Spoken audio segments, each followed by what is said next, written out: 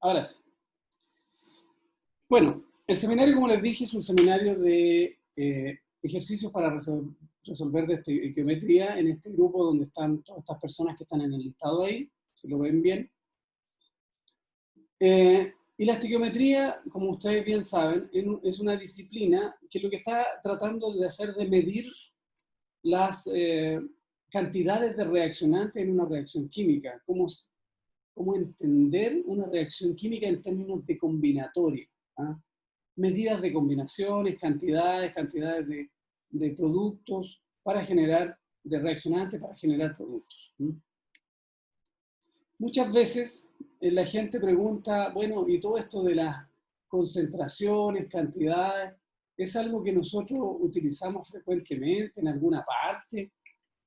Los chicos, es bastante interesante cómo los alumnos, cuando están teniendo una asignatura, por ejemplo, pongamos no una asignatura como la química, sino la matemática, por ejemplo, y dicen, es que esto nunca lo voy a ver, nunca lo voy a usar. ¿Para qué voy a usar una ecuación? ¿Para qué voy a usar una derivada? ¿No? Y se van a dar cuenta que en el ejercicio de la profesión sí aparecen cosas así. La química está en todas partes, lo que pasa es que eh, a veces fallamos los profesores, sobre todo en la enseñanza secundaria, de abordar la química con ejercicios cotidianos, con cosas que se hacen día a día. Entonces yo les voy a ejemplificar nomás cómo aquí, viendo esta lámina, las unidades de concentración, las medidas estequiométricas son relevantes.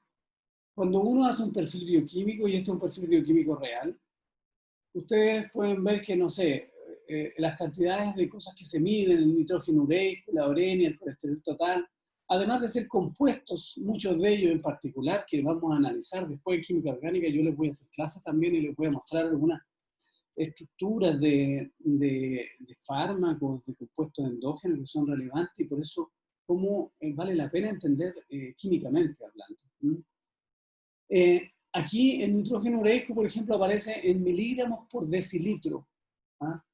Miligramos, una cantidad dada, determinada por una décima de litro y que establece un rango, una concentración, una medida de concentración. Yo en la clase les mostré a ustedes las principales medidas de concentración en solución. Esta es otra más que no la discutimos, pero es una derivada de las otras, así que no tiene mucha diferencia.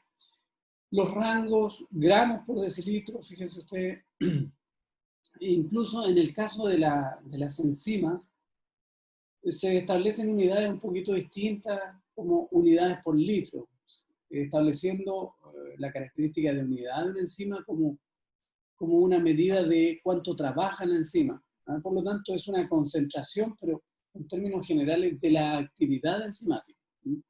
Pero fíjense ustedes acá, fíjense, por ejemplo, en el caso de niveles de sodio, por ejemplo, ahí no se habla de gramos, no se habla de miligramos, sino que se habla de equivalentes, miliequivalentes. Miliequivalentes por litro, miliequivalentes por gramo, por decilitro, miliequivalentes por, dependiendo del análisis, dependiendo de la metodología, se determina por miliequivalentes. Es decir, cuando a uno no, le dan el resultado en miliequivalentes o equivalentes, lo que está diciendo es que de alguna manera se determinó la concentración por equivalencia con la reacción con otro, puesto que un equivalente lo que significa es una cantidad que equivale a otra en términos de reacción. Y bueno, me imagino que ustedes viendo la clase estuvieron abordando el tema y probablemente si tienen dudas la seguimos conversando. ¿Sí? Entonces, no es tan, lo que hacemos o lo que enseñamos no está fuera de lo que estamos trabajando. Y ustedes en algún momento van a tener que entender de qué tratan los exámenes y no solo de qué tratan los exámenes, sino de qué trata la unidad en que se establecen las medidas para los exámenes como el perfil bioquímico. Y no solo esto, sino que también, por ejemplo, los niveles de gases, que a veces se colocan en presiones, a veces se colocan en equivalentes y otras cosas. Fíjense ustedes que aquí nosotros también podemos, en los exámenes, podemos ver las propiedades coligativas. En este seminario nosotros vamos a hablar solo de la parte de estequiometría, de las preguntas 1 a 7, ¿ah? De la guía. Pero después vamos a hablar de soluciones, y después vamos a hablar de propiedades coligativas, y todas ellas se utilizan en medicina. Vamos avanzando entonces con algunas con las preguntas. Por ejemplo, escriba y complete y balancee la siguiente reacción. La primera reacción dice ortofosfato monoácido de plomo 2 más ácido yodhídrico. ¿Ustedes chequearon, revisaron algo de nomenclatura, chicos? El profesor les subió algo, pero no sé si lo revisaron. Por favor, algunos que digan. Sí, el profe subió materia de química orgánica. Y en la guía también aparecía química inorgánica. Inorgánica, ya. Es importante que ustedes repasen eso porque esto nosotros no lo vamos a abordar profundamente. En rigor, la nomenclatura de los compuestos inorgánicos más que orgánicos, pero los orgánicos también. La nomenclatura es algo que ustedes deben abordar por sí solos y que en la enseñanza media también está como parte de lo que se enseña en química. Ahora, de los que están aquí presentes, ¿hay algunos que no han tenido nunca química? Por favor. Yo nunca tuve química inorgánica, o sea, vi solo la primera parte de nomenclatura. Como... Ya. ¿Y eso fue cuarto medio, María Teresa? Tercero medio. Tercero medio, ya. ¿Alguien más no ha tenido química? Nada. Yo tampoco tuve nunca química inorgánica. Ya, Vicente tampoco, ya. Pero química orgánica sí. ¿Ah, química? Qué raro. Sí, a mí me pasó lo mismo, solamente química orgánica.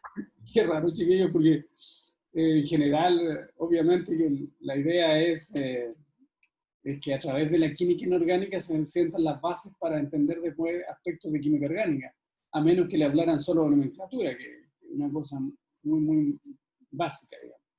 Que tampoco es fácil, pero básica en términos de que es lo primero. Bueno, les digo yo, ustedes, ante dudas particulares, las personas que nunca han tenido química, por favor, mándenme un correo, un mail. Yo respondo todos los correos. A veces me demoro un día máximo, pero en general lo respondo en el día. Creo que alguien me escribió, le respondí, y así voy a seguir. Yo respeto mucho los mails de todas las personas y por tanto no dejo sin responder. Entonces, sobre todo para los chicos que no han tenido química y que necesitan más apoyo, yo puedo brindarles material adicional o responder consultas. Si no las sé, yo mismo averiguo, le consulto a mis colegas y les respondo. Así que tranquilo al respecto. Nosotros, los profesores, estamos para ustedes. No están ustedes al servicio de nosotros. Nosotros estamos al servicio de ustedes. Por favor, tengan ese concepto. Bueno, entonces yo les digo, escriba, complete y balancee las siguientes reacciones. Ortofosfato, monoácido de plomo 2, más ácido yodhídrico. Obviamente que ustedes difícilmente con esa nomenclatura van a poder definir la fórmula, ¿cierto? Entonces la idea es que si ustedes no pueden responder, ustedes buscan en Google, buscan en el Chang, que es el libro guía de aquí, y van a encontrar el compuesto. Pero también es fácil derivar, fíjense ustedes, a pesar del nombre, ortofosfato monoácido de plomo 2, eso está diciendo, primero, el ortofosfato es este grupo, PO4.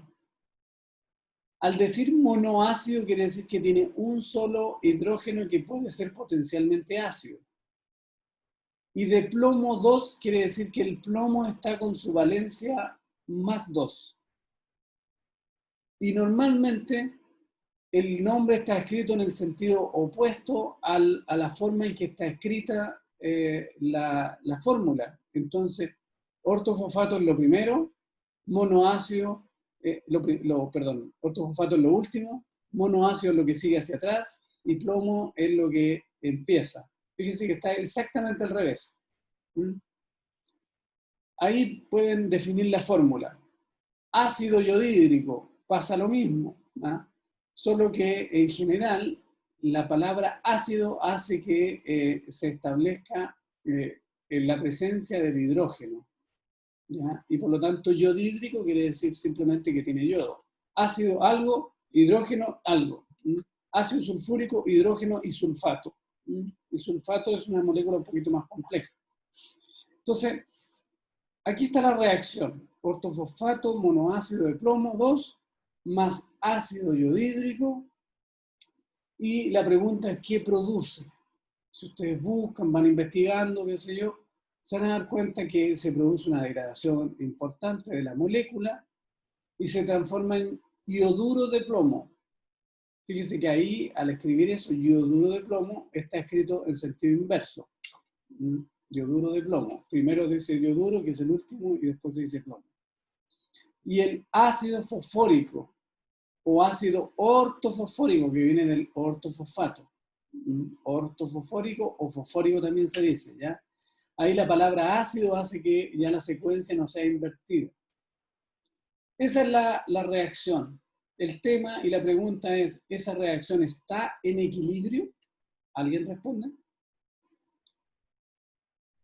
No. No está en equilibrio, ¿cierto? Y es claro, porque uno podría medir, a ver, dice, a ver, ¿cuántos hidrógenos hay acá? 1, 2. ¿Cuántos hidrógenos hay en los productos? 1, 2, 3. Ah, no está equilibrado. ¿Cuántos plomos? Un plomo, otro plomo. Ah, sí, eso sí. ¿Cuántos yodos? Un yodo, y acá hay 2 yodos, no está equilibrado. ¿No? ¿Cuántos oxígenos? 4. 4, sí. ¿Cuántos fósforo? 1, 1. Eso está equilibrado. Entonces, tenemos que equilibrar en el fondo lo que son los hidrógenos y lo que son los yodos. Y para eso hay que buscar, probar cuáles son los números. Y aquí es bastante fácil, ¿cierto? Es el número 2 ahí. Entonces, al poner el número 2 aquí, les queda 2 hidrógenos más ese que está ahí 3, y por lo tanto, aquí le va a quedar 3. O sea, perfecto. 2 yodos, porque son 2 ácido yodhídrico, ¿cierto? También se le puede decir yoduro de hidrógeno, y ahí queda en el sentido que les comentaba. 2 ácido yodhídrico quiere decir que son 2 moléculas de ácido yodhídrico, por lo tanto hay 2 átomos de yodo que están acá. 2 átomos de yodo en el yoduro de plomo. Entonces, la filosofía de esto es que debe haber un equilibrio, porque una reacción química se representa mediante una ecuación. Y la palabra ecuación en matemáticas o en química quiere decir igualdad. Por lo tanto, lo que está en los reaccionantes debe ser igual a lo que está en el producto en términos de cantidades.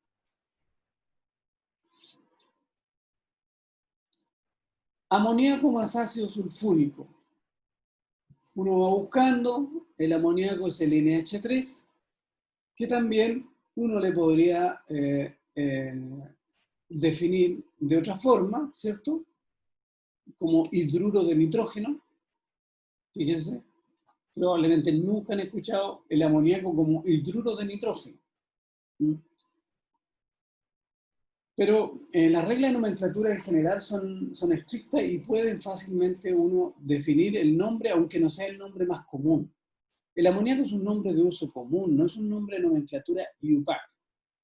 ¿Ustedes saben lo que es la IUPAC a todo esto? ¿Alguien sabe lo que es la IUPAC? Es un tipo de nomenclatura, o sea, como una convención. Ya. En realidad, la IUPAC no es una nomenclatura, la IUPAC define la nomenclatura. Porque la IUPAC... Organización química pura y aplicada, una cuestión así. Exactamente.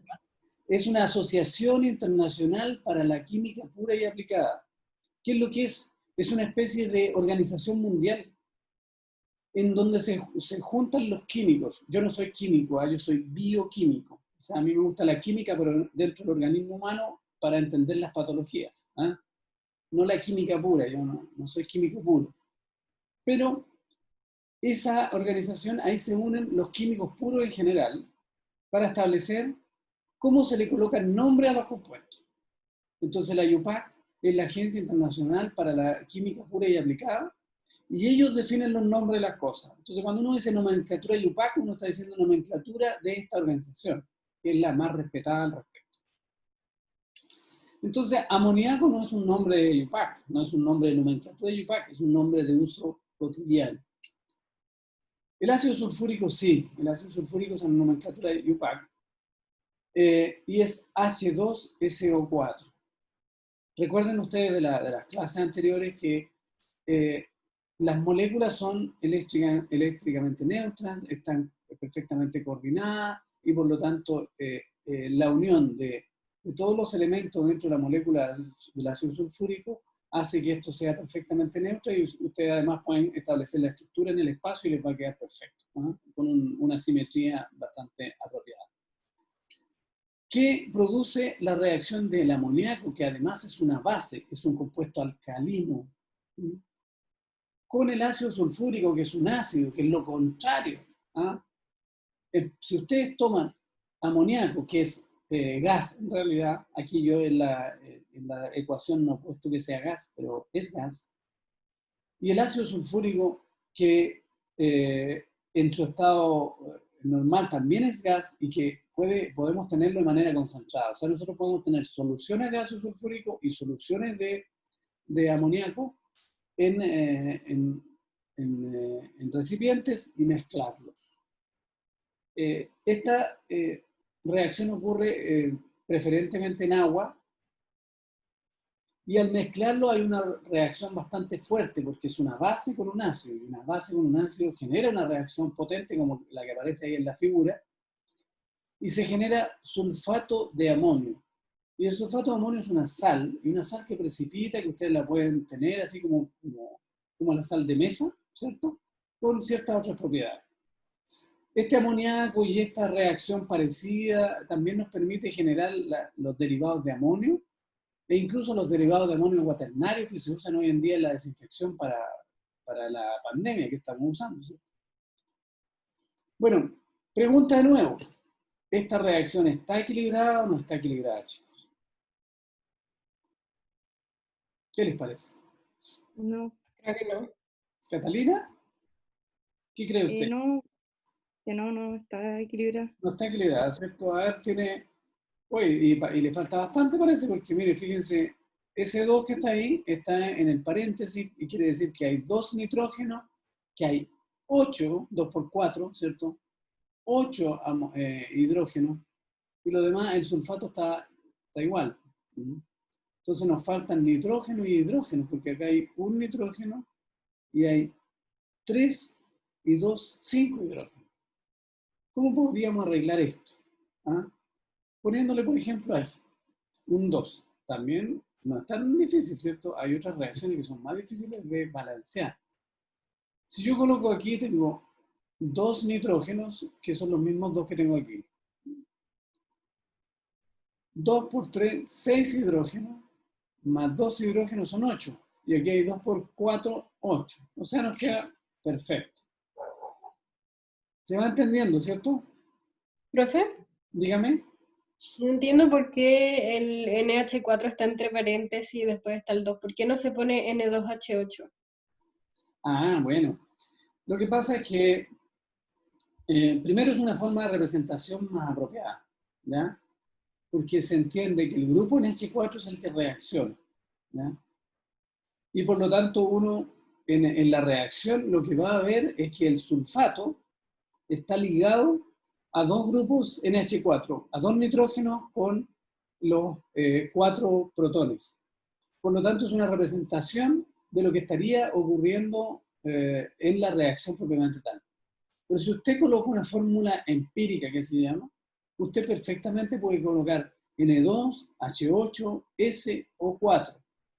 Es una representación de una fórmula que se llama empírica. ¿Mm? Esta es una fórmula que representa mucho más la reactividad de la reacción. ¿Mm?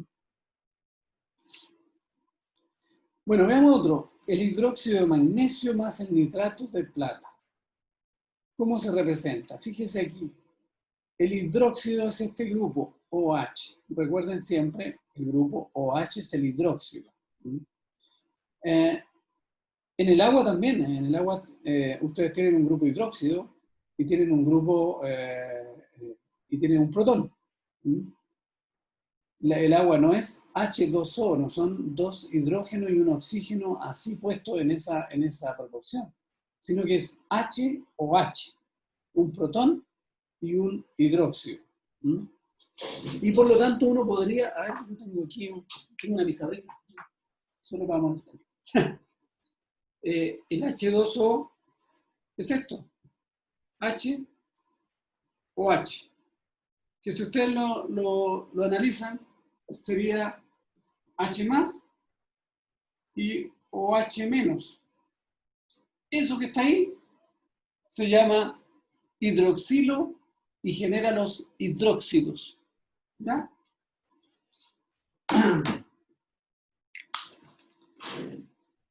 Entonces, ahí ustedes tienen el hidróxido de magnesio y este hidróxido de magnesio tiene que reunirse de una manera que establezca proporciones. El ion hidróxido, como recién se lo mostré, tiene una valencia, por lo tanto tiene capacidad de unión de una cosa. En cambio el magnesio tiene capacidad de unión de dos. Su valencia es 2, o el estado de oxidación es más 2. Y por lo tanto un magnesio se debe unir con dos hidroxilo para que forme un hidróxido. Y por eso aparece MgOH2. Y aquí de nuevo lo mismo que preguntaba Catalina, si no me equivoco. Uno podría haber puesto O2H2, pero es mucho más correcto colocar OH2 estableciendo que hay dos hidroxilos en el grupo, en el compuesto. El nitrato de plata. El grupo nitrato es el grupo NO3, que viene del ácido nítrico. Todo lo que se llama nitrato o ato viene del ICO, que es el ácido nítrico en este caso. Y si fuera NO2 sería nitroso. ¿Ya? Entonces sería un nitrito. El ito refiere, la terminación ito refiere a la terminación oso del compuesto original y la terminación ato refiere a la terminación ico del compuesto original. Entonces, este es nitrato que proviene del ácido nítrico, nitrato de plata. El nitrato, el grupo nitrato tiene una valencia menos 1, un estado de oxidación menos 1, y la plata tiene un estado de oxidación más 1. Fíjense que cuando es más algo o cuando es menos algo se refiere a la electronegatividad de cada parte del compuesto. Cuando es más quiere decir que tiende a eliminar electrones, por lo tanto es electropositivo o menos electronegativo. Y cuando es menos, tiende a captar electrones, por lo tanto es electronegativo. Y los compuestos se escriben de la forma de orden de electronegatividad. Al lado izquierdo quedan los menos electronegativos y al lado derecho los más electronegativos. Me he demorado un poquito aquí porque quiero irles explicando un poco algunos conceptos que ya pasaron para que vayan asentando. Podría pasar rápidamente este ejercicio, pero me gusta asentar un poco los conceptos. El nitrato se forma, fíjense, hay un reemplazo y el magnesio reemplaza la plata y se forma nitrato de magnesio. Solo que el magnesio, acuérdense que se unía con dos cosas y la plata se unía con una. Por lo tanto, aquí el nitrato debiera estar dos veces para poder formarse con el magnesio. Y en el caso del OH, el OH se une con la plata, pero se une uno solo. Entonces el hidróxido de magnesio es este. Pero eso hace que el cruce no permita que haya un equilibrio estequiométrico. O sea, un equilibrio de cantidades. Al decir yo, acuérdense, equilibrio estequiométrico, estoy diciendo equilibrio de cantidades. Entonces debemos equilibrarlo y para eso hay un 2 y acá un 2. Entonces ustedes tienen ahí, si empezamos a observar un magnesio, aquí tenemos 2 grupos hidroxilos OH y aquí hay 1, pero como son 2 moléculas hay 2, ¿cierto? Tenemos un grupo nitrato por 2 son 2 y aquí hay un grupo nitrato por 2 son 2. Entonces queda perfectamente equilibrado.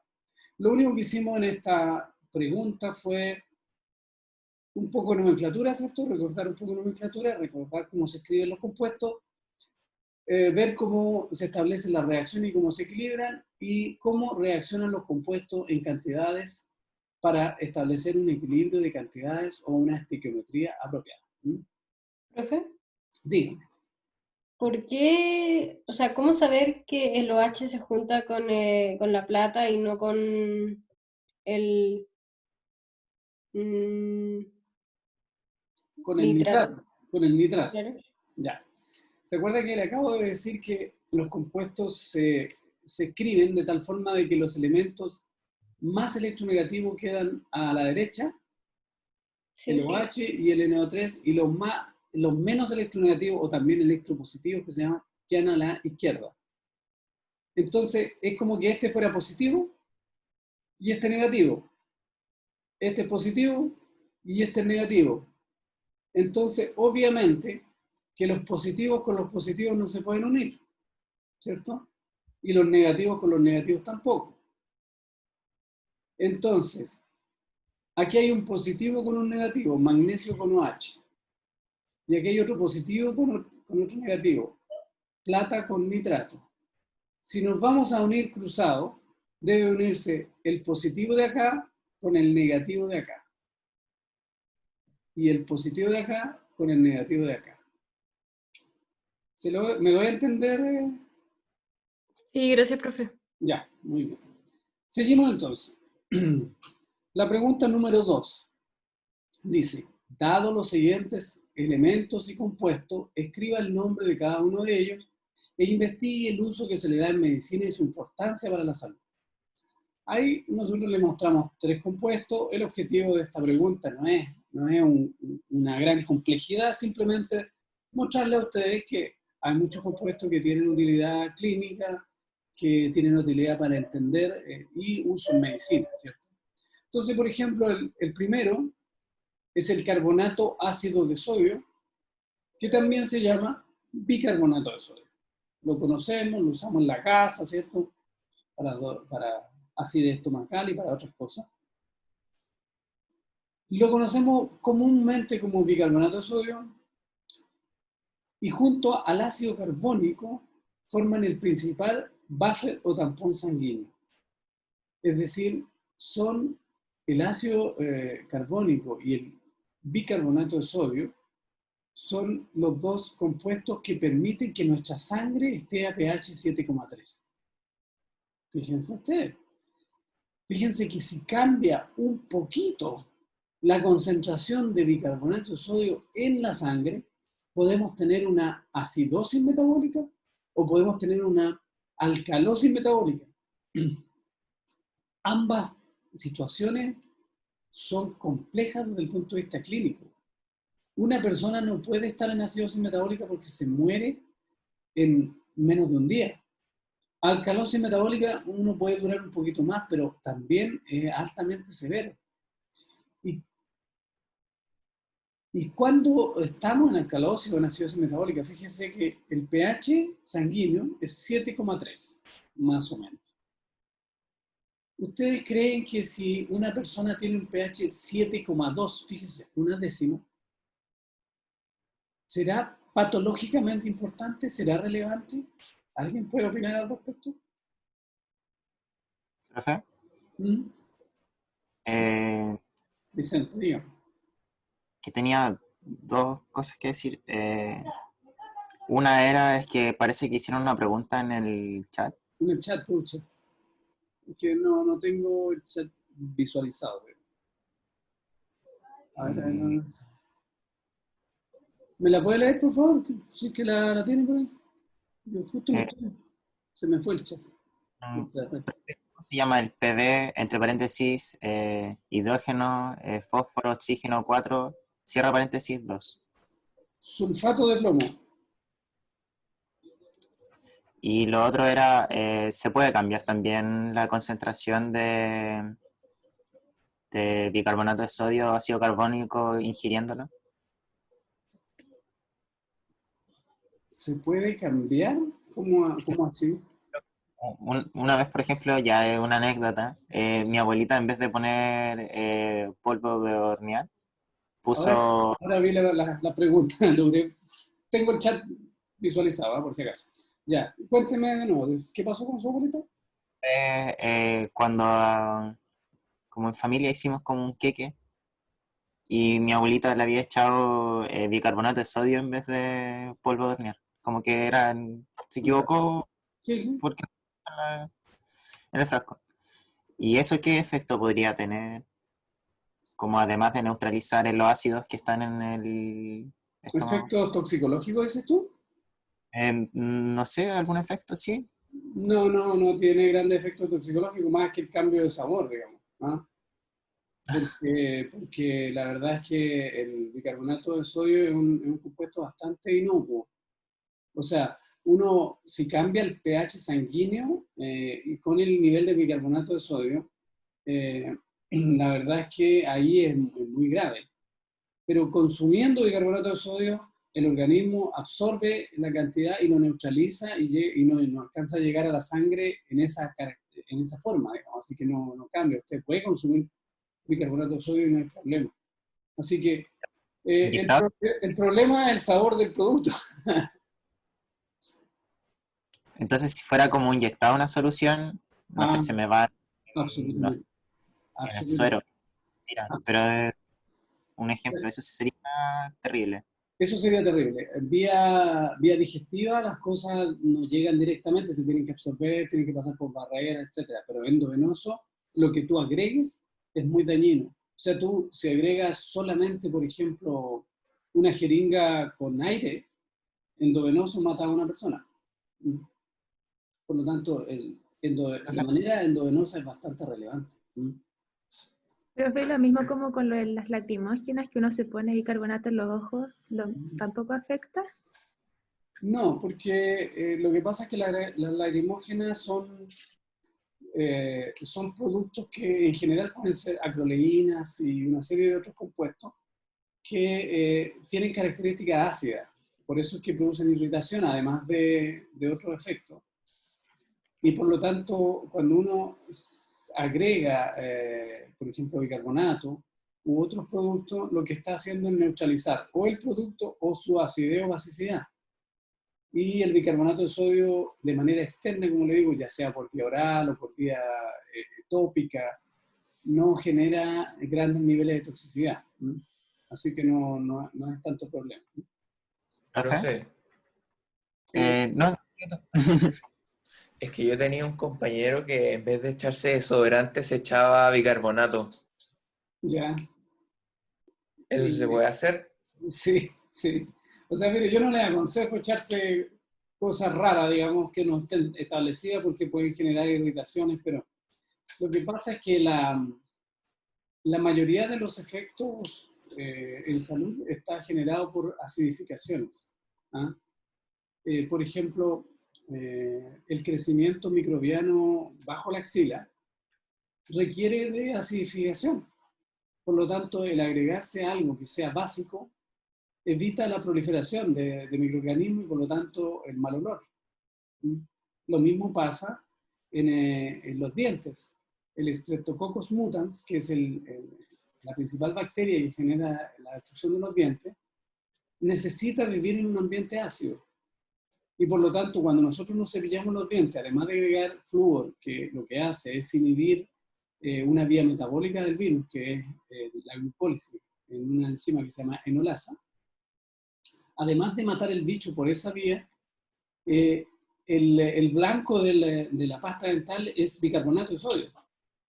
Y por lo tanto basifica toda la zona oral y evita que el Streptococcus mutans crezca porque ya no hay medio ácido.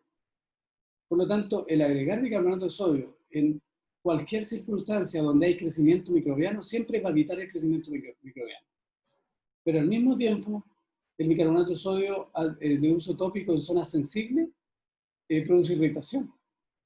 Entonces, mientras no produzca irritación se puede usar, pero... Oye, a propósito, Mario Méndez me preguntó, y eso fue lo que me definió aquí uno de los chicos, pero yo entendí otra cosa. Y dice, ¿cómo se llama el PbHPO4.2? Entendí SO4.2. Y es el fosfato monoácido de plomo. Ya, por si acaso. No fue lo que dije anteriormente. Ya, sigamos entonces. Me gusta la conversa que estamos teniendo. ¿Profe, le puedo hacer una última pregunta? Siga nomás, dele. Con el gas pimienta se usa una solución de mercurio, que le llaman leche mercurio. No conozco bien el gas pimienta en realidad, pero hay... lo que pasa es que el mercurio es uno de los pocos metales que puede estar fácilmente en estado gaseoso. ¿Ah? Y es irritante y es tóxico. Entonces seguramente dentro de todos los componentes es necesario este proceso de gasificación y de generar spray. Pero es bien interesante, nunca me habían preguntado del gas pimienta. Yo creo que voy a echar una averiguadita además. Disculpa, ¿no era leche después magnesio? conversamos. ¿Quién preguntó? Era leche magnesio. Sí, es de magnesio. Ah, leche magnesia. ¿Ah? Es distinto porque no es el magnesio en estado metálico. Me confundí. Sí, con las químicas. La leche magnesia es el cloruro de magnesio en una mezcla con un derivado lácteo. ¿Ya? Cloruro de magnesio es una sal. ¿Ya? Y el magnesio por sí solo genera un efecto que es que controla la actividad enzimática o las actividades toxicológicas de una serie de compuestos. ¿Ah? Entonces probablemente me imagino que podría servir para bajarle la intensidad o la toxicidad al gas y mantenerle solo la capacidad irritante, por decirlo así. Pero déjame, igual voy a echar una averiguadita, si me lo recuerdas en algún más adelante. ¿Quién me preguntó? ¿Quién fue que me preguntó del gas pimienta? Yo, profe. ¿Quién eres tú? ¿Vicente? Sí. ¿Ah? Vicente Martín, ya. Es que escucho tu voz y no. Bueno, ¿seguimos? El siguiente, el H2O2, le llamamos agua oxigenada o peróxido de hidrógeno. Agua oxigenada o peróxido de hidrógeno. El agua oxigenada es el nombre habitual, o nombre de uso común, y el peróxido de hidrógeno es un nombre más de nomenclatura. ¿Ya? H2O2. ¿Cuál es su uso normalmente? Es un desinfectante de heridas. Es un desinfectante de uso tópico en heridas, porque hay desinfectantes que son de superficies. Y uno no puede usar desinfectantes de superficie en la piel. Por ejemplo, las sales de amonio son para desinfectar superficie y no la piel. Es irritante de la piel. En cambio, el peróxido de hidrógeno sí se puede usar en la piel. Y no sirve en general para usarlo en superficies. El alcohol es un desinfectante que sirve en la piel y también sirve en superficies. Entonces hay que tener cierta claridad respecto al uso de esto. Después, el tecnesio 99 es un elemento radioactivo de la tabla periódica, bastante simple, no es un compuesto, es un elemento, ¿cierto? Es un isótopo. Se usa como marcador radiactivo para el diagnóstico del funcionamiento de órganos en diferentes métodos de imaginología que ustedes en algún momento van a usar. Ahí tienen algunos, solo para conversar. Hagamos algunos cálculos, ya empecemos con cálculos simples. Para calcular una fórmula de un compuesto, ¿cómo logramos saber la fórmula del compuesto si lo único que sabemos, por ejemplo, es cuánto hay de cada elemento en ese compuesto? ¿Mm? Por ejemplo, si ustedes encontraran un nuevo elemento en la naturaleza y dijeran, ¿cuál será la fórmula de este compuesto? Es raro, qué sé yo, y no sé cuál es la fórmula. Ustedes podrían, a través de métodos químicos, tratar de identificar cuánto carbono tiene, cuánto hidrógeno, cuánto selenio, cuánto, qué sé yo. Y es lo que se hace habitualmente, por ejemplo, con meteoritos que se encuentran y se le determina la cantidad de cada cosa que tiene, ¿ah? Para saber la composición. Ahora, en un meteorito nosotros tenemos, por ejemplo, muchos compuestos mezclados. Pero cuando uno tiene un compuesto puro y sabe qué cantidad tiene de cada átomo componente, uno puede saber su fórmula. Entonces aquí dice, por ejemplo, un compuesto contiene 40% de carbono, 6,7% de hidrógeno, 53,3% de oxígeno, y nos preguntan cuál es su fórmula empírica. ¿Cómo se hace esto? Para saber la proporción de las cantidades, lo que uno hace es dividir el porcentaje del elemento que tiene por el peso atómico del elemento.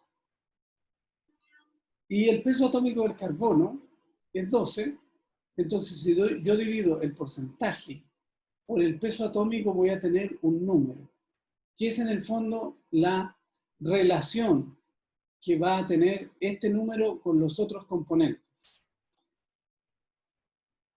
En el caso del hidrógeno pasa lo mismo. 6,7% de hidrógeno lo divido por su peso atómico y voy a tener una proporción que es 6,7.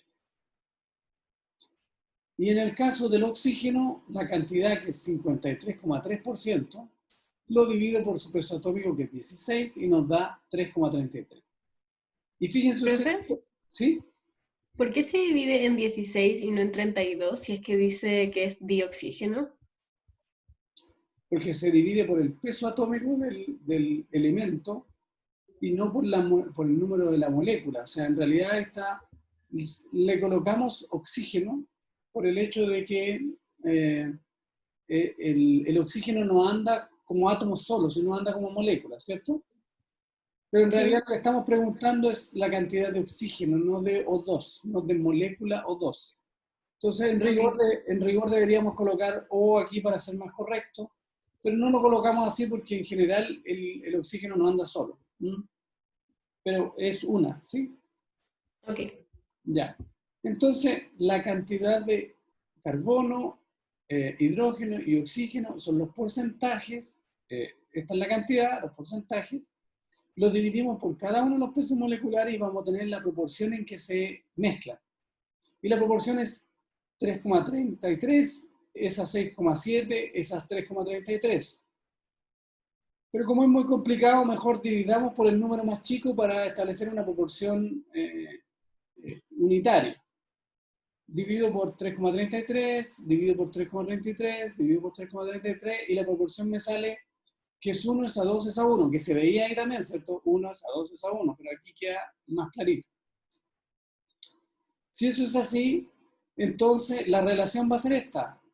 Carbono, 1, hidrógeno, 2, oxígeno, 1. 1 es a 2 es a 1. Y colocarla en el orden de electronegatividad. Acuérdense que lo más electronegativo se coloca hacia la derecha y lo menos electronegativo hacia la izquierda. ¿Mm?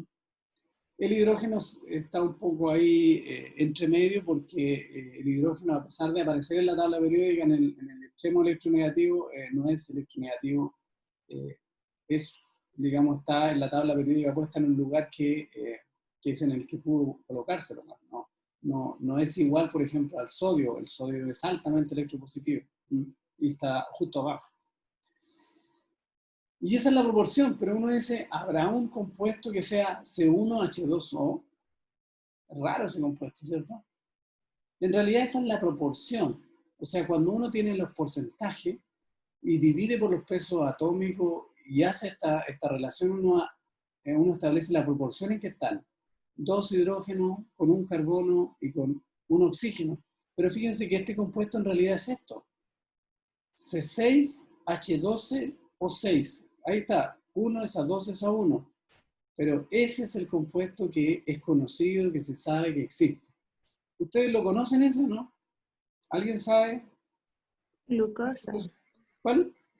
Glucosa. Glucosa. Muy bien. La fructosa parece que también tiene la misma fórmula.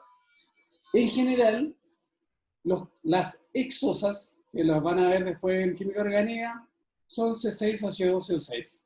De las hexosas más conocidas, la glucosa es la que, digamos, podemos representar, ¿ya? Que es el azúcar más conocido que hay, ¿ya? Efectivamente es así, ¿ya? Profe, Dígame. ¿cómo se pasa de la fórmula empírica a la molecular?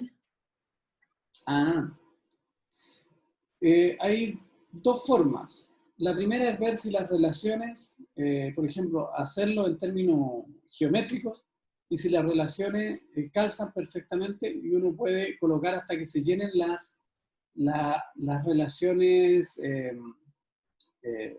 estequiométricas. Por ejemplo, uno sabe que el carbono tiene 4 capacidades de unión. Entonces, obviamente, no va a poder ser 1, al menos 4. Y sabe que el hidrógeno se une a una cosa, porque tiene una capacidad de unión, o una valencia, ¿cierto? Entonces tenemos que buscar la cantidad de hidrógenos que calzan con el carbono. Pero como hay oxígeno, y el oxígeno tiene 2 capacidades de unión, tiene que haber más uniones. Y uno puede empezar a hacer geometría con las valencias de cada uno de los elementos y se va a dar cuenta que probablemente llegue a esta relación que es como la mínima. La mínima es funcional.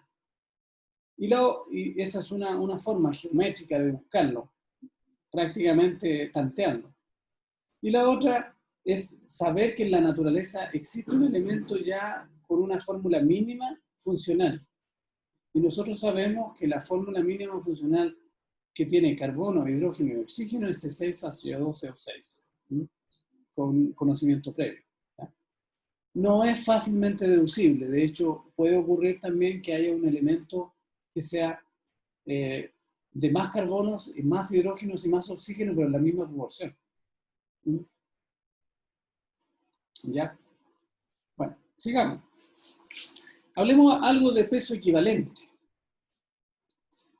Calcule el peso equivalente del ácido sulfúrico. Ahí el hidrógeno debiera estar abajito y el 2 del hidrógeno debería estar abajito y el 4 del oxígeno también debería estar abajito, así para que se vea estéticamente mejor.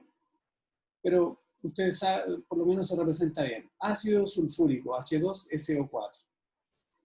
Y las sales formadas en las siguientes reacciones. Ácido sulfúrico más ese compuesto que es hidróxido de bario, fíjese, hidróxido de bario de la derecha a la izquierda se dice, se obtiene sulfato de bario más 2 moléculas de agua. Es decir, si hablamos de molécula, vamos a decir, una molécula de ácido sulfúrico reacciona con una molécula de hidróxido de bario, produce una molécula de sulfato de bario y 2 moléculas de agua. Eso en estado molecular. Obviamente es muy difícil ver la reacción en moléculas. Pero uno podría decir también un mol de ácido sulfúrico, un mol de moléculas, o sea, una cantidad grande de moléculas, ¿cierto? 602.000 trillones, acuérdense. 602.000 trillones de moléculas de ácido sulfúrico reaccionan con 602.000 trillones de moléculas de hidróxido de bario para generar 602.000 trillones de moléculas de sulfato de bario más el doble, ¿cierto? 2 por 602.000 trillones de moléculas de agua. Esa es la proporción en que reacciona, ¿eh? Entonces uno puede entender que hay una capacidad de reacción ahí. Y fíjense que el ácido sulfúrico que está aquí, al reaccionar reemplaza los 2 hidrógenos, ¿se fijan? Los 2 son reemplazados. Y por lo tanto, un ácido que reemplaza 2 hidrógenos, su peso equivalente, según la fórmula que yo le puse en clase, es el peso molecular dividido por los hidrógenos que se reemplazan. El peso molecular de ácido sulfúrico, si ustedes suman hidrógeno, azufre y oxígeno, que es hidrógeno 1, azufre 32, oxígeno 16, 16 por 4, 64, más 32, más 2, van a ser 98. 98 dividido por 2 es 49. Por lo tanto, en esta reacción, el peso equivalente a ácido sulfúrico es 49. Y de la sal formada, que es el sulfato de bario, ¿cómo dice la fórmula que es el peso equivalente? Dice, para una sal, el peso equivalente es el peso molecular dividido por la valencia de o el catión, que es el bario, o el anión, que es el sulfato. La valencia o el estado de oxidación del bario es más 2 y del sulfato es menos 2. Por lo tanto, ese es el peso molecular dividido por 2. Eso quiere decir que el peso equivalente del sulfato de bario es 116,7. Entonces, el peso equivalente no es nada más que el peso de la cantidad de una molécula que equivale a la reacción con la otra. Para efectos mnemotécnicos, en un ácido son los hidrógenos reemplazados los que dividen el peso molecular, y en una sal es la valencia de la sal, ya sea del catión o del anión, de cualquiera de los dos.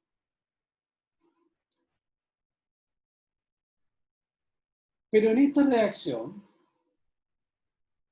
seguimos hablando del ácido sulfúrico, sigue siendo el mismo peso molecular el ácido sulfúrico, pero no así el mismo peso equivalente. Entonces estamos diciendo algo importante. El peso molecular no cambia, ¿cierto? Siempre vamos a tener el mismo peso molecular, pero el peso equivalente sí cambia dependiendo de la reacción. Entonces, aquí tenemos el ácido sulfúrico con el nitrato de sodio, forman el sulfato ácido de sodio más ácido nítrico, HNO3. Y ustedes pueden ver que del ácido sulfúrico se reemplazó solo un hidrógeno, aquí está, y el otro quedó en la molécula original, reemplazándose por el sodio un hidrógeno.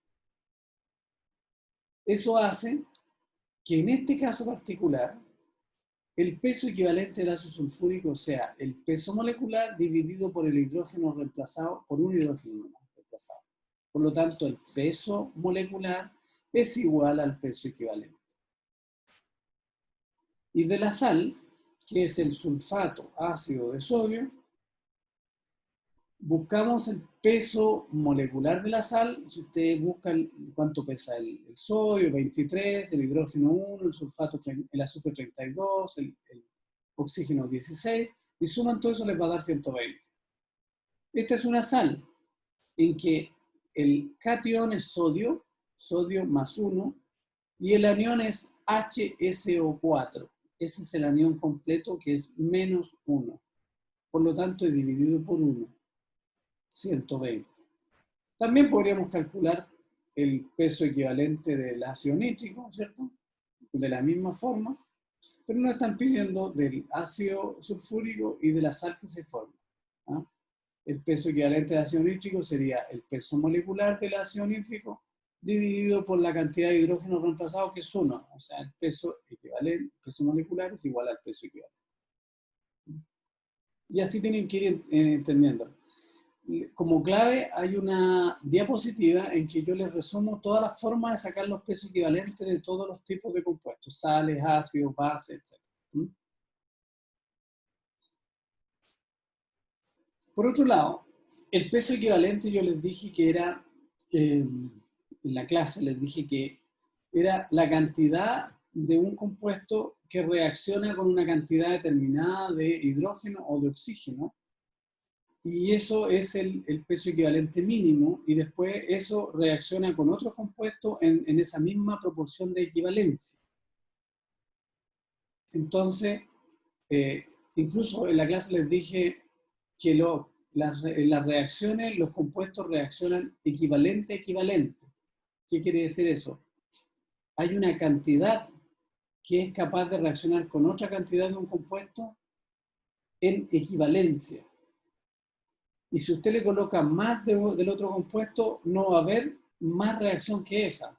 es decir, va a sobrar de un compuesto. La definición del peso equivalente es el número de partes de un compuesto o elemento que se combina o equivale químicamente a 1,008 partes de hidrógeno, o sea, al peso atómico del hidrógeno, u 8 partes de oxígeno, o sea, la mitad del peso atómico del oxígeno.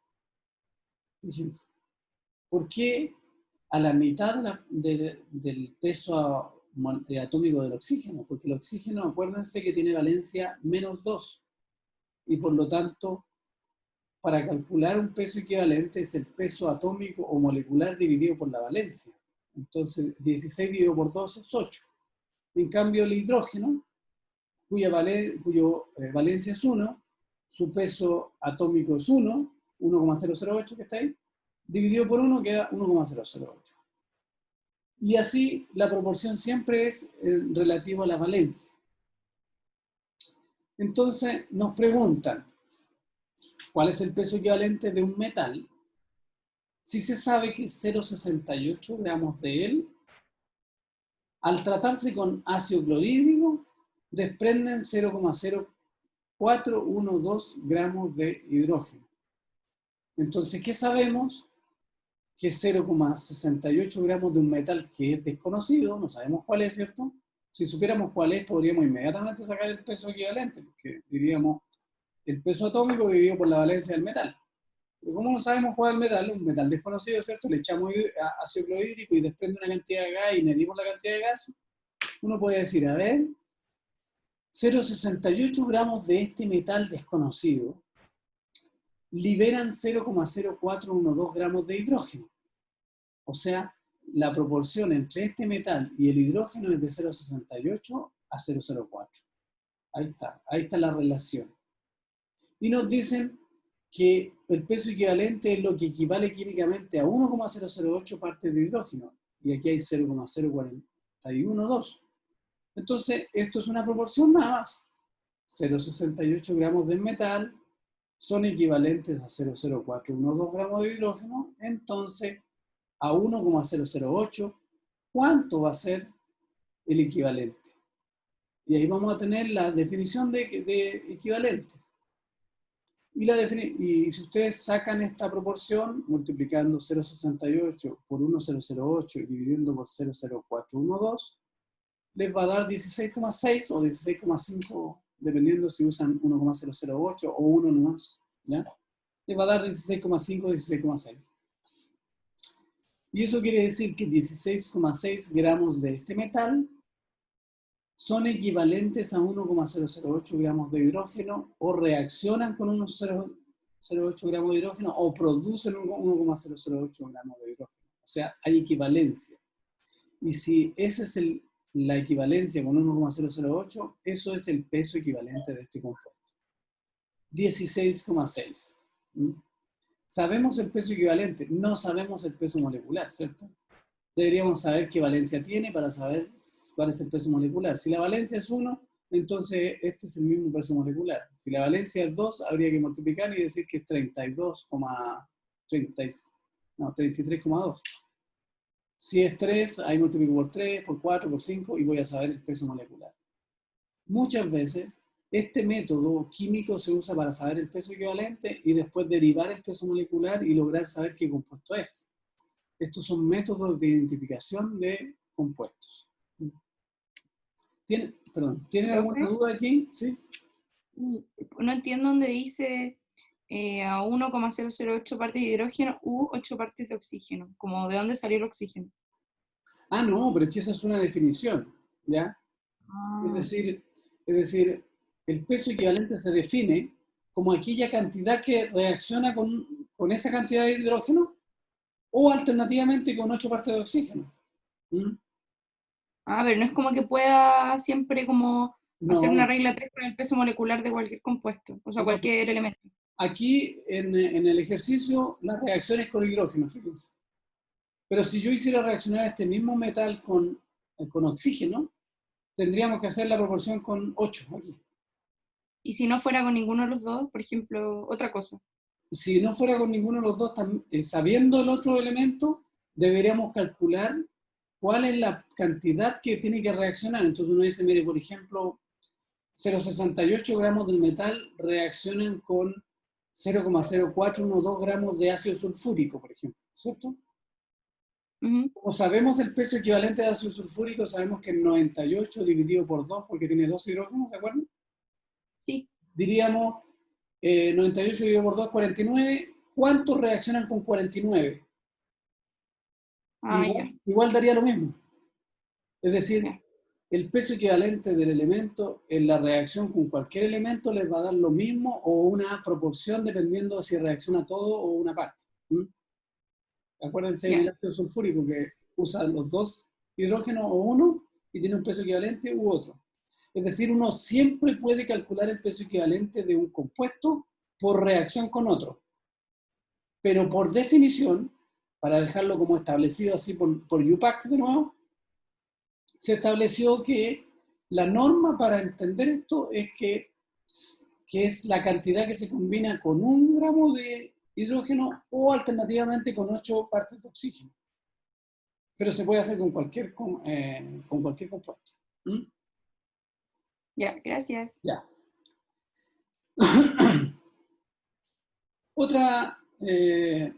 Otro ejercicio. La fórmula de un ácido es HOCC, CH2, CH2, COOH. No hemos visto química orgánica todavía, chiquillos. Esto es química orgánica, ¿cierto? Carbono, hidrógeno y oxígeno, química orgánica. Pero lo vamos a usar para entender solamente. Ese compuesto se llama ácido succínico. El ácido succínico es un elemento propio del organismo humano. De hecho, está en el ciclo de Krebs, por ejemplo, que es una parte de las vías metabólicas de los hidratos de carbono. De hecho, también se vende como un compuesto aditivo alimentario, que sirve para tener bien funcional el metabolismo de hidrato de carbono. Ahí ustedes ven un frasquito ahí que se vende a su sufrir, de una empresa que se llama FoodChem. Y lo que queremos saber es algunas cosas de este compuesto. Por ejemplo, ¿cuánto pesa un mol de esto? Para saber cuánto pesa un mol, uno tiene que saber cuánto pesa cada cosa, cada átomo que hay ahí, ¿cierto? Entonces uno puede decir así, puede decir, a ver, ¿cuántos carbono hay? Hay 4. 1, 2, 3, 4. Ahí están, 4 carbonos. ¿Cuántos oxígenos hay? 1, 2, 3, 4. 4 oxígenos. ¿Cuánto hidrógeno hay? 1, 2, 3, 4, 5, 6. 6 hidrógenos. Entonces uno dice 4 carbono, 4 oxígeno, 6 hidrógeno. Y uno dice entonces de carbono hay 48. O sea, que son 4 por 12 por cada uno, que son gramos por cada mol, ¿cierto? Por lo tanto, estos son 48 gramos por mol. De oxígeno son 64, ¿por qué? Porque son 4 oxígenos que pesan 16 gramos por mol, 16 gramos cada mol. Entonces uno dice 4 por 16 son 64. Más hidrógeno, son 6 hidrógenos que pesa 1 gramo por mol, cada mol de hidrógeno. Son 6, entonces 6 por 1 6, 6. Si uno suma 48 más 64 más 6 les da 118 gramos cada mol de esta molécula. ¿Mm? ¿Cuánto pesaría, por ejemplo, una molécula de esto? ¿Cómo calcularían eso? Porque estoy diciendo que 118 gramos pesa cada mol de esta molécula. Acuérdense que los moles son una cantidad de moléculas grandes. ¿Cuánto pesaría una molécula? ¿Cómo? No les voy a pedir que me den el valor, sino que ¿cómo la calcularía? ¿Alguien sabe? Dividido A ver, Con el número. Vicente. es que la Cata habló primero. No, Oye, dale nomás. Ya, Cata, dele. No y eso, importa. eso sería por 6 millones o 6 trillones de... 602.000 trillones. 602.000 trillones. Entonces habría que dividirlo por eso, pues, ¿no? Dividirlo por eso, exactamente, y te daría una cantidad, pero pequeñísima. ¿Cuánto pesa una molécula? Pequeñísima, te daría 10 elevado menos y tanto, menos 20 y tanto, ¿cierto? O sea, una molécula pesa muy poco, entonces por eso no la podemos pesar. Pero un mol de moléculas pesa 118 gramos y eso es pesable. Fíjense que nosotros pesamos 118 gramos de manera perfecta y sabemos la cantidad de moléculas que hay ahí. ¿Qué tal? O sea, estamos contando, pero a través de una pesada. ¿Mm? Contar pesando. ¿Qué tal? Pues si no, es difícil colocar 602.000 trillones, digamos, pero colocan 6,02 por 10 a la 23. Y ahí lo dividen por eso y les va a dar. Eso es cuánto pesa un mol de este ácido. ¿Cuántos equivalentes hay por mol? ¿Y cuál es el peso equivalente? Esa es la otra pregunta. ¿Cuántos equivalentes hay? Ahora, cuando uno habla de equivalente, tiene que pensar que el compuesto reacciona completamente, porque podría no reaccionar completamente, como el ácido sulfúrico, ¿cierto? Que tiene 2 hidrógenos y los usa los 2. Pero también hay reacciones que usa uno solo. Y este también es un ácido. ¿Cuáles son los hidrógenos ácidos aquí? Este que está aquí y este que está acá.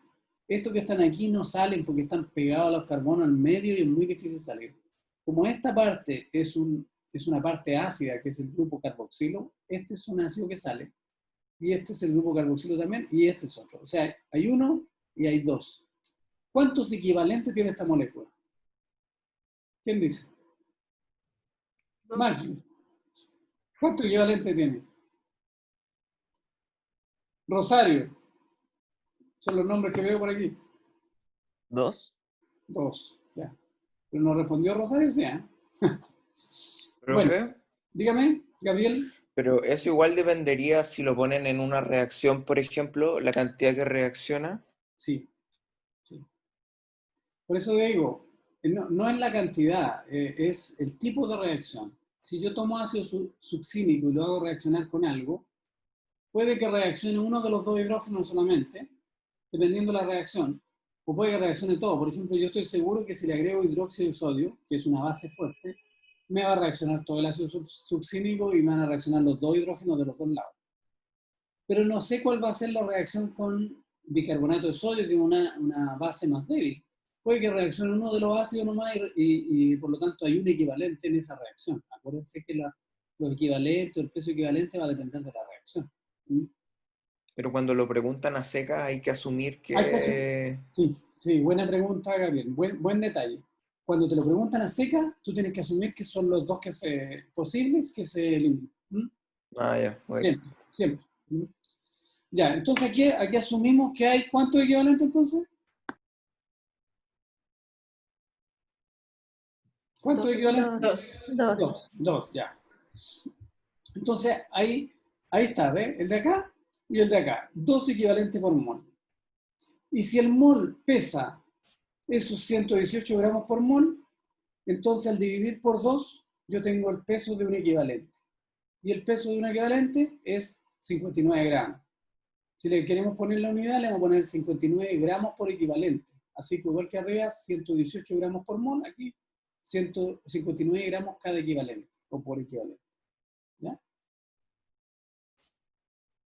Y ahora una cantidad. Le ponemos 59 gramos del ácido, ¿cuántos moles y cuántos equivalentes tiene? Entonces uno dice, si 118 gramos, que es lo que está acá, corresponden a un mol, entonces los 59 gramos que me están dando, ¿a cuántos moles corresponden? Y uno sale y dice 0,5 moles. Ahí lo calculan. 59 por 1 dividido por 118 le da 0,5 moles, o sea, medio mol. ¿Y a cuánto equivalente? Uno dice, si en 118 gramos hay 2 equivalentes, acuérdense que habían 2, o si quieren 59 gramos un equivalente, entonces 59 gramos, ¿cuántos equivalentes son? 1. ¿Se fijan? O sea, en esta molécula, nosotros siempre vamos a saber que un mol tiene 2 equivalentes, por lo tanto, el peso equivalente va a ser la mitad del peso molecular, siempre. Y va a depender de la reacción química que ocurra. En general, así como para darle el dato a ustedes, en general el ácido succínico reacciona con sus 2 ácidos, ¿no? Para que tengan más claridad al respecto. Ya. Vamos al último ejercicio de este seminario, que espero que les haya ido quedando claro. Yo les digo, chiquillos, no tengan ningún problema, me mandan un correo electrónico si no se atreven aquí en la masa de los alumnos a preguntar, o tienen temor de que les puedan decir que la pregunta no es muy inteligente. Yo también fui alumno, así que uno lo que quiere es hacer siempre preguntas inteligentes, preguntas atingentes, y de repente no hace preguntas atingentes o inteligentes y tiene temor a hacerlas. Pero por correo me pueden mandar cualquier pregunta. ¿Ah? Mire, la combinación de magnesio y azufre da lugar a la formación de sulfuro de magnesio, que es ese mismo compuesto que está ahí establecido, ¿no? Ese que está ahí es sulfuro de magnesio, para que usted lo vea. Blanquito, parece sal nomás. Y dice, mire, 3 gramos de magnesio forman exactamente 7 gramos de sulfuro de magnesio. Entendiendo esto y sabiendo de acuerdo a este resultado, ¿cuál es la composición porcentual de la sal? ¿Cuánto por ciento tiene cada uno cada otro? Si 3 gramos de magnesio producen 7 gramos de sulfuro de magnesio, entonces los 4 gramos restantes deben ser del otro, ¿cierto? Sulfuro o azufre. ¿Cuál es la fórmula del sulfuro de magnesio? ¿Cuál es, chiquillo, la fórmula del sulfuro de magnesio? ¿Alguien? MGS, ¿o no? Es súper simple, pues, mire. MGS, ahí está. Fíjense, el magnesio tiene valencia más 2, o sea, esta oxidación más 2, y el azufre tiene esta oxidación menos 2. Por lo tanto, calzan perfecto, uno con otro, MGS, y nada más, no necesita ningún numerito especial. Entonces, si es un magnesio con un azufre y 3 gramos reaccionan para producir 7 gramos de sulfuro de magnesio, la proporción en gramos es 3 y 4. Entonces, si 7 gramos es el 100%, 3 gramos ¿cuánto es? Es el 42,86% si hacemos esta proporción. Y lo que falta de azufre es 57,14. Si ustedes establecen la proporción entre estos dos, se van a dar cuenta que 3 es a 4. 3 es a 4 es lo mismo que 42,86 a 57,14%. En un total de 100, ¿cierto? ¿Se entiende, cierto? Profe, Está ¿cómo fácil. saber si hay que hacer la composición porcentual con los moles o con los gramos? ¿Cómo saber? Ah, ¿por los moles, dice usted? Ah, por el peso molecular. La pregunta me hace con los moles. Por el peso molecular, porque si usted tiene sulfuro de magnesio, usted busca en la tabla periódica cuánto pesa un mol de magnesio, que es el peso atómico, ¿cierto? Expresado en gramos. ¿Y cuánto pesa el azufre? Y usted se va a dar cuenta que la proporción es 3 a 4 igual. ¿Mm? Y esa proporción va a ser siempre la combinatoria. ¿Ya? Bien, gracias. Ya. Después dice, ¿cuántos gramos de azufre se precisan para reaccionar totalmente con 10 gramos de magnesio? Ahora vamos a poner 10 gramos de magnesio y necesitamos saber cuánto azufre necesitamos. Acuérdense que la proporción es 3 a 4, ¿cierto? Por lo tanto, uno dice, si son 10 de magnesio, deben ser más de azufre, ¿cierto? Entonces uno dice, 4 gramos de azufre requieren 3 gramos de magnesio, por lo tanto los 10 gramos de magnesio, ¿cuánto requieren de azufre? Y son más, como le habíamos dicho, 13,33. Y ahí está también la misma proporción. Fíjense que la regla de 3, esto que estamos haciendo, en muchos casos es muy útil, pero para usarla hay que entender bien qué es lo que está buscando uno. Apréndanse a usar la regla de 3, que les va a servir mucho, pero entendiendo hacia dónde van. Porque la fórmula por sí solo, si es que ustedes hacen una formulita que se puede sacar también, no les va a dar el entendimiento de lo que están haciendo. Y aquí eso es lo importante. Después dice una tercera pregunta. Si se somete a reacción masas iguales de magnesio y azufre, ¿qué elemento va a quedar sin reaccionar o por estar en exceso? O sea, aquí ya no vamos a hacer reaccionar en la proporción 3 a 4, sino que vamos a hacer reaccionar en la misma proporción. Por ejemplo, 10 con 10, 3 con 3, 4 con 4. ¿cuál va a sobrar? Azufre. ¿Estás segura? Magnesio. Magnesio, pues. ¿Se dio cuenta por qué? No. ¿No? Porque mire, fíjate, que 3 gramos de magnesio deben reaccionar con 4 gramos de azufre. Pero si yo le coloco las mismas cantidades, en vez de colocar 3 y 4 de magnesio con 4 de azufre, yo coloco 4 de magnesio con 4 de azufre. Claro, sí. Va a Sí, sobrar ya magnesio, ¿cierto? Sí. O 10 con 10 va a sobrar magnesio. Siempre va a sobrar magnesio porque el magnesio es el que va en menos cantidad siempre. Y por eso es que en química no se trata de juntar las mismas cantidades. Se trata en cantidad de juntar los mismos equivalentes. Y ahí hay reacción, ¿ah? Reacción completa. Entonces, la respuesta es que se necesita menos magnesio siempre, por lo que es el que daría en exceso. Y es el concepto de reactivo limitante que yo les señalé en la clase. ¿Ah? El reactivo limitante es el que se necesita en menos cantidad y por lo tanto el que puede quedar en exceso.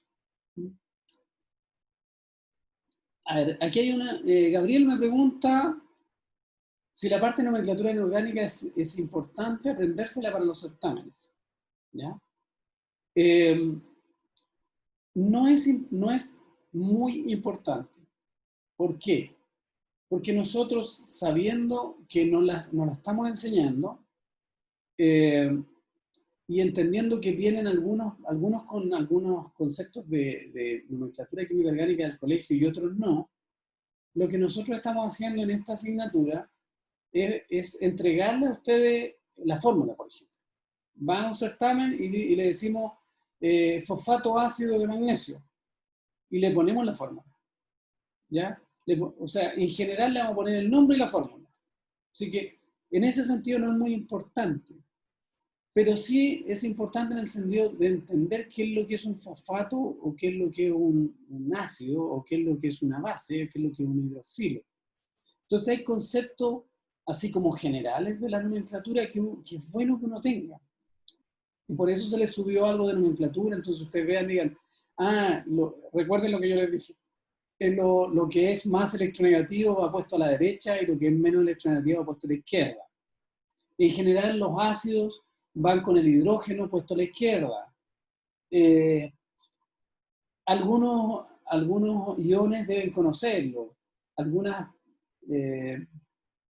compuestos como el cloruro de sodio, el ácido clorhídrico, el ácido sulfúrico, son compuestos que nosotros no nos vamos a enmerar en colocar en la fórmula porque son como bien usados, bien cotidianos. ¿Ah?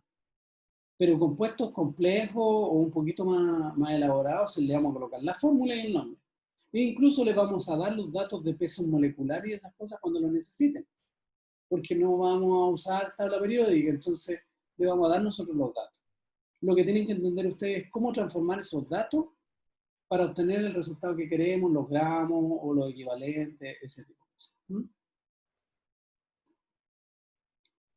Ya, esto es todo, chiquillos, en el seminario. ¿Tienen alguna otra consulta, clarificación o algo?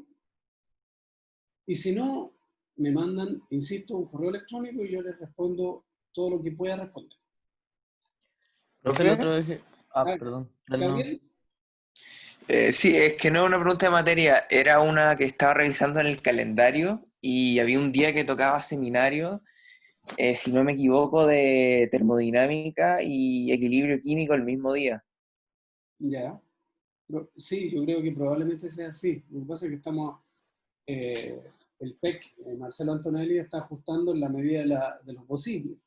Entonces, en termodinámica y equilibrio químico creo que la fusionó para tomar algunas preguntas solamente para discutir. No vamos a tener todo el seminario, todas las... Ya. ¿Ah? Así que no. Les quería decir algo. No sé si ya lo subió o no. Marcelo Antonelli le va a subir la tarea de estiquiometría. La tarea de estiquiometría la hice yo, con mucho cariño para ustedes.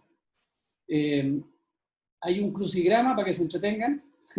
Hice un crucigrama con materia de estiquiometría, así que ahí se van a entretener un ratito, lo van a pasar bien, yo creo, y un par de preguntas.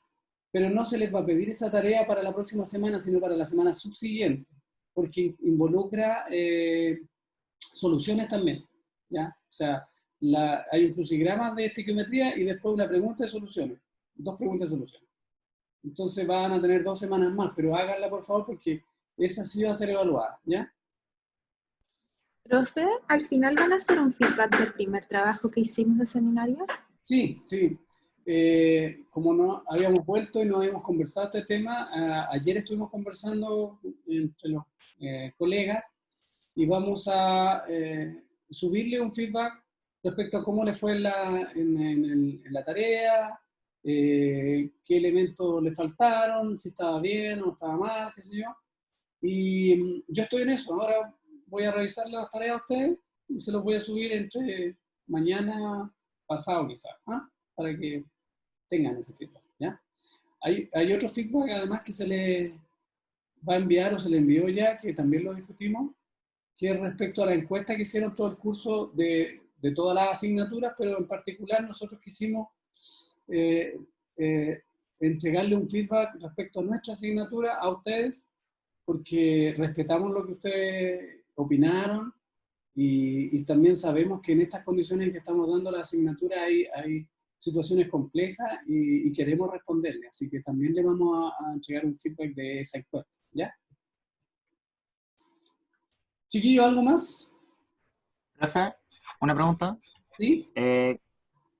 Este seminario está grabado, ¿cierto? ¿Perdón? Que este seminario lo van a subir después, ¿cierto?